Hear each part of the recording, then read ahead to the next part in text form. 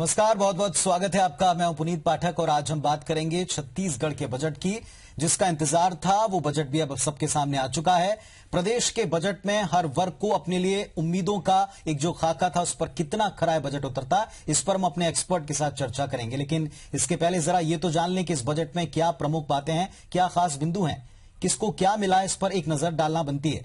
छत्तीसगढ़ के मुख्यमंत्री डॉक्टर रमन सिंह ने आज 2017-18 का बजट पेश कर दिया। बतौर सीएम रमन सिंह जिस तरह का परफॉर्मेंस दे रहे हैं, वित्त मंत्री के तौर पर उन्होंने आज 11वां बजट उसी कड़ी में आगे बढ़ाया। बजट में शिक्षा, कृषि, दिव्यांग और डिजिटल लाइफ की तरफ खास फोकस दिख रहा है। पिछले साल के मुकाबले इस साल के बजट में क्या अलग है, किन क्षेत्रों पर अब की बार फोकस है, इस बारे में हम अपने मेहमानों से चर्चा करें। लेकिन उसके पहले ओवरऑल बजट क्या है देख लेते हैं।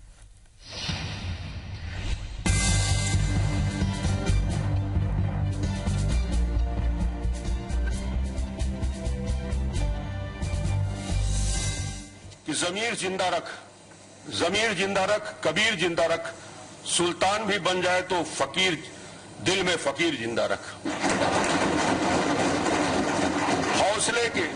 हौसले के तरकस में कोशिश का वो तीर जिंदा रख, जमीर जिंदा रख, कबीर जिंदा रख। जी हाँ, सूबे के सुल्तान ने फकीरों के अंदाज का जिक्र करते हुए जब छत्तीसगढ़ के बजट का पिटारा खोला तो उसमें 2017-18 के लिए 76,032 करोड़ का बजट निकला। विधानसभा में बजट पेश करते हुए डॉक्टर रमन सिंह ने बताया कि राज्य की विकास दर 7.14% होने का अनुमान है। बजट में शिक्षा, कृषि, दिव्यांगों और डिजिटलाइजेशन पर जोर दिया गया है। सूचना क्रांति योजना के तहत 45 लाख लोगों को स्मार्टफोन्स दिए जाएंगे। मुख्यमंत्री खाद्यान्न सहायता योजना में 3,000 करोड़ का प्रावधान किया गया है, तो कृषि बजट के लिए सरकार ने 10,433 करोड़ की राशि दी है। सिंचाई सुविधाओं के लिए 2,367 करोड़ का प्रावधान किया गया है। हम इस बजट में सूचना क्रांति स्काई के माध्यम से राज्य के 45 लाख गरीबों को, महिलाओं को, कॉलेज विद्यार्थियों को निःशुल्क स्मार्टफोन उपलब्ध कराने की योजना प्रारंभ की। बालोद और कोंडा गांव में 100 बिस्तरों वाले एमसीएच अस्पताल और कटघोरा गौरेला नगरी पंडरिया में 50 बिस्तरों का एमसीएच अस्पताल के लिए 9 करोड़ रुपए खर्च किए जाएंगे। स्वास्थ्य बीमा सुविधा के लिए 380 करोड़ का प्रावधान रखा गया है, तो 25 पशु औषधालय भी बनाए जाएंगे। सरकार ने 3 साल में 35 लाख परिवारों को एलपीजी गैस कनेक्शन उपलब्ध कराने का लक्ष्य रखा है। राज्य में संकटग्रस्त महिलाओं के लिए सखी वन स्टॉप सेंटर्स खोले जाएंगे। नक्सल प्रभावित बस्तर क्षेत्र में 146 नए मोबाइल टावर स्थापित किए करके तथा 800 किलोमीटर ऑप्टिकल फाइबर केबल बिछाकर संपर्क सुविधा को मजबूत किया जाएगा। अनुसूचित क्षेत्र में 550 किलोमीटर रेल नेटवर्क पर कार्य प्रारंभ किया गया है। स्कूल शिक्षा के लिए सरकार 11,998 करोड़ खर्च करने की बात बजट में कह रही है, जो पिछले साल की तुलना में 8% ज्यादा है। वहीं पंचायत और ग्रामीण विकास विभाग के लिए 9,429 करोड़ का प्रावधान किया गया है। राज्य में सड़कों के विस्तार और पुलों के निर्माण के लिए 5,063 करोड़ रुपए खर्च किए जाएंगे। लोगों के घरों में साफ पानी पहुंचाने के लिए सरकार ने 230 करोड़ की राशि दी है। 14 साल की अपनी सरकार का 11वां बजट पेश कर रहे रमन सिंह का तजुर्बा बजट में साफ दिखा और भाषण खत्म करते हुए उन्होंने इसे शेर में कुछ यूं बयां किया। अध्यक्ष महोदय, हद शहर से निकली, शहर के हद से निकली। अध्यक्ष महोदय, हद ये शहर से निकली तो गांव गांव चली, कुछ यादें मेरे संग पांव पांव चली। सफर जो धूप का किया तो तजुर्बा हुआ, वो जिंदगी ही क्या जो छाव छाव चली। महाराज तो कुल मिलाकर कुछ इसी अंदाज में जब आज वित्त मंत्री के तौर पर प्रदेश का बजट पेश किया गया तो उसमें 3 प्रमुख बातों के पर जोर दिखाई पड़ा। पहला कृषि का सेक्टर, दूसरा डिजिटल लाइफ की तरफ प्रदेश कहीं पीछे न रहे। और एक्सपर्ट को जितना हमने सुना है, समझा है, वो सब ये मानते हैं कि केंद्र का जो फोकस है उसमें राज्य ने अपनी तरफ से अहम योगदान दिया है और या राज्य जताने की कोशिश कर रहा है कि हम केंद्र के किसी भी कदम से कदम मिलाकर चलने के लिए पूरी तरह तैयार हैं। आज के बजट पर इसमें अलग अलग जो हिस्से हैं, एक कृषि सेक्टर है, दूसरा डिजिटल लाइफ का है, तीसरा एजुकेशन का है और सामाजिक जो तमाम विकास की योजनाएं, उसमें दिया जाने वाला बजट जो रूटीन का हिस्सा होता है, इन 4 अगर प्रमुख हिस्सों पर आप बात करें तो इस कसौटी पर इस बजट को आप कैसा देखते हैं, किस तरह का देखते हैं? इसके लिए जरूरी है कि हम एक्सपर्ट से बात करके समझ सकें कि आखिर इस बजट की खासियत क्या है, और अगर उनको लगता है कि इसमें ये चीजें समावेश होनी चाहिए तो वो भी बिंदु हम जानने की कोशिश करेंगे। हमारे साथ में 3 बहुत खास मेहमान जुड़ रहे हैं। हिमांशु द्विवेदी जी हैं, वरिष्ठ पत्रकार, आपका हम स्वागत करते हैं। चंद्रशेखर साहू जी हैं, अध्यक्ष हैं छत्तीसगढ़ वित्त आयोग के, आपका भी बहुत बहुत स्वागत। और राकेश गुप्ता जी हैं, उद्यमी हैं और रियल एस्टेट सेक्टर जो इस प्रदेश में फास्ट ग्रोइंग है उसका प्रतिनिधित्व करते हैं, आपका भी हम स्वागत करते हैं। चूंकि बजट पर हम बात कर रहे हैं और सरकार ने अपनी तरफ से बजट पेश करते समय जिस एक उक्ति के साथ शुरुआत की कि सबका साथ सबका विकास, हम इसको आगे बढ़ा रहे हैं और लगातार सरकार प्रदेश की विकास कार्यों को करने का जो दावा करते आई, उसमें यह बजट कितना योगदान देगा, इस पर चर्चा बनती है। साहू जी, सबसे पहला सवाल तो ये बनता है कि क्या यह बजट एक कड़ी है केंद्र की तमाम योजनाओं को प्रदेश में भी आगे बढ़ाने की और प्रदेश में चल रहे विकास को आगे ले जाने की? क्या सोचते हैं? अभी इस बार का जो बजट है, डिजिटल एक सपना केंद्र का है और प्रधानमंत्री जी की घोषणाएं हैं, उसको लेकर है। और फिर एक कर, एक देश, एक बाजार, इस प्रकार से जीएसटी पर फोकस हुआ है ये बजट कि हम जीएसटी को पूरी तरीके से लागू करेंगे। उसके पंजीयन की जो तैयारियां हैं वो भी पूरी हो गई है। इस प्रकार से सिग्निफिकेंट एक चिन्हित हुआ है कि छत्तीसगढ़ राज्य जीएसटी के मामले में अग्रणी राज्य सिद्ध हो सकता है आने वाले समय में।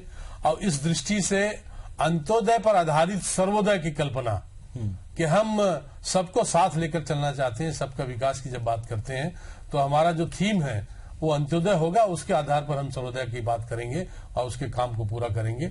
और समावेशी विकास, इंक्लूसिवनेस इस बजट का एक प्रमुख कारक है, प्रमुख फैक्टर है। और मुझे लगता है कि ये दोनों विषय केंद्र की जितनी घोषणाएं हैं उनको और जितनी योजनाएं हैं उनको धरती पर क्रियान्वित करने के लिए, धरातल पर उतारने के लिए एक प्रकार से प्रमुख हमारे लिए औजार बनेगा और हम लोगों की आकांक्षाओं की पूर्ति की दिशा में आगे बढ़ सकेंगे। इस दृष्टि से ये बजट को हम कह सकते हैं कि उत्साहजनक बजट है। सबसे ज्यादा चर्चा अगर बजट आने के बाद से किसी योजना की हो रही है तो स्काई योजना की हो रही है, जिसमें यह कहा जा रहा है कि 45 लाख लोगों को आप स्मार्टफोन देने वाले हैं। इसको हम किस तरह से देखें, क्योंकि इसके 2 पहलू हैं। एक तो केंद्र चाहता है ऐसा, दूसरा ये कि राज्य में जो विकास की तमाम योजनाएं उसको डिजिटल आप बनाना चाहते हैं, या ये दोनों का समावेश कैसे? निश्चित रूप से देखिए, जितने हमारी योजनाएं और जिस प्रकार से कैशलेस की बात हो रही है तो वो स्मार्टफोन से उसको सारा कनेक्शन दिया गया है और सारी चीजों को उस पर कनेक्ट किया गया है। अब इस दिशा में यदि छत्तीसगढ़ सरकार ने अपने बजट में एक पर्याप्त राशि दी है तो एक प्रकार से हम कह सकते हैं कि स्मार्ट बजट की दिशा में यह एक कदम है। और स्मार्टफोन यदि होंगे तो वो सभी प्रकार के काम को कर सकेंगे। आज बहुत सारे हमारे ऐसे ग्रामीण क्षेत्र में युवा हैं या जो गरीबी रेखा के नीचे जीवन यापन करने वाले परिवार के लोग हैं, वो स्मार्टफोन एफोर्ड नहीं कर सकते। इसलिए इस पर फोकस हुआ है और एक बड़ा फैसला छत्तीसगढ़ सरकार ने डॉक्टर रमन सिंह के जो 11वें बजट है उन्होंने जो पेश किया है उसमें इस बात का प्रावधान रखा गया है। तो वित्तीय प्रावधान के दृष्टि से एक महत्वपूर्ण फैसला है और इसका असर युवाओं पर होगा। आने वाले समय में जो भी हम योजनाओं की बात कर रहे हैं उन योजनाओं की सफलतापूर्वक क्रियान्वयन की दृष्टि से उचित होगा और प्रभावी होगा, ऐसा मैं मानता हूँ।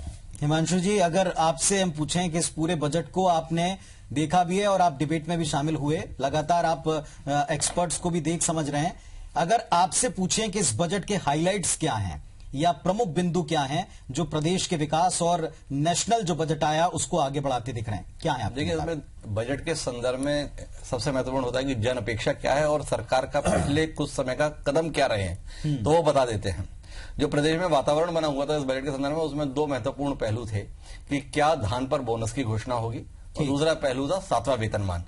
लेकिन सरकार के रुख से ही स्पष्ट था कि ये दोनों ही बजट का हिस्सा नहीं होने जा रहे हैं। इसलिए अगर उनकी घोषणा नहीं हो तो इसमें अचंभित करने लायक कुछ नहीं है। सरकार की अपनी व्यवस्थाएं होंगी या अपने स्थितियां हैं, लेकिन उसके संदर्भ में नहीं आएगा, ये लगभग सबको पता था। अब इसके बाद के संदर्भ में अगर बात करते हैं, इन दोनों बिंदुओं को अगर छोड़ दिया जाए तो उसके बाद अगर बजट पे बात करते हैं तो सबसे पहले तो जो स्काई योजना के संदर्भ में आप बता रहे हैं 45 लाख, इसमें 45 लाख लोगों को मोबाइल निःशुल्क दिए जाएंगे, ये इतना महत्वपूर्ण नहीं है। इसके साथ में जो मुख्यमंत्री ने बात बोली वो बड़ी महत्वपूर्ण थी। वो उन्होंने उसमें ये बताया कि अभी भी छत्तीसगढ़ का 36% एरिया जो है वो डार्क एरिया है। डार्क एरिया है मतलब वो उस जगह पे कनेक्टिविटी नहीं है, डिजिटल कनेक्टिविटी।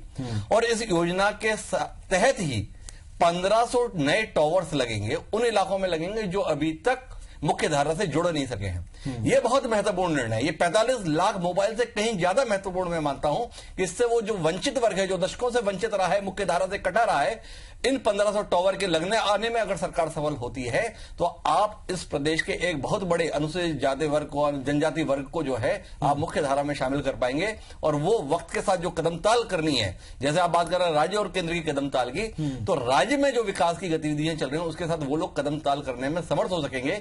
नई नई तकनीक जो आ रही है उससे समर्थ हो पाएंगे। जो कैशलेस के संदर्भ में बात हो रही है, क्योंकि अब तो जितने भी काम होने हैं वो कैशलेस के माध्यम से होने हैं। जब आप पीडीएस दुकानों को कैशलेस माध्यम से जोड़ रहे हैं तो ऐसे में डिजिटल कनेक्टिविटी सबसे अनिवार्य चीज है। तो जिन लोगों के पास में कनेक्टिविटी नहीं तो उनका क्या होता। तो इस दृष्टि से ये बड़ा महत्वपूर्ण फैसला यहां पर है। इसके अलावा चाहे शिक्षा के क्षेत्र में है, चाहे स्वास्थ्य के क्षेत्र में, अब मनेंद्रगढ़ जैसी जगह पे कैंसर हॉस्पिटल बनेगा ये हम लोगों की कल्पना में नहीं था, लेकिन वो प्रावधान इस बजट के अंदर किया गया है। तो कुल मिलाकर जो चंद्रशेखर साहू जी का कहना है कि समावेशी बजट है, तो समावेशी बजट तभी होता है जब आप समाज के सभी तबकों को और राज्य के सभी इलाकों को जो है संतुलित तरीके से विकास की धारा में शामिल करते हैं। तो इस बजट के अंतर्गत ये केवल रायपुर का, बिलासपुर का या राजनांदगांव का बजट नहीं, ये एक प्रदेश का बजट है। उस दृष्टि से ये उन अपेक्षाओं की पूर्ति करता है। नहीं करता है तो केवल दो बिंदुओं की, एक धान पर बोनस की और दूसरा 7वां वेतनमान की। तो इसके संदर्भ में तो निश्चित रूप से रमन सिंह जी को और उनकी सरकार को आगे भी सवालों के घेरे में रहना पड़ेगा। इससे बचने का कोई जरिया है नहीं। जी, दो बातें आपसे इस बारे में जरूर पूछेंगे जो आप ही की बातों से निकलती हैं।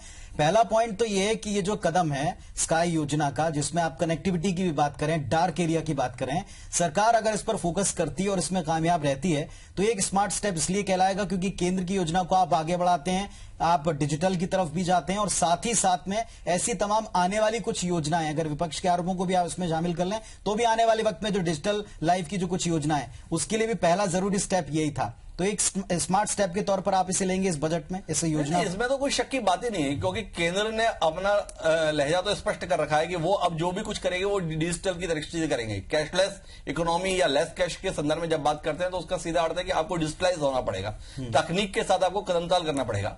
और चूंकि केंद्र में जिस पार्टी की सरकार है उसी पार्टी की सरकार राज्य में है, तो इसलिए इस राज्य की सरकार का पहला दायित्व होता है कि वो अन्य राज्यों के लिए मिसाल बने देश में। क्योंकि अगर भाजपा शासित राज्य इसमें पीछे रह जाते हैं तो पूरे देश में यह सवाल उठेगा कि आप अपनी सरकारों से तो काम करा नहीं पा रहे, हमारे पे दबाव बना रहे हैं। तो इसलिए रमन सिंह जी के ऊपर यह जिम्मेदारी थी कि वो केंद्र की सरकार को इस प्रकार का समर्थन व्यक्त करें कि आपके जो भी फैसले होंगे उनके क्रियान्वयन में यह राज्य कभी पीछे नहीं रहेगा।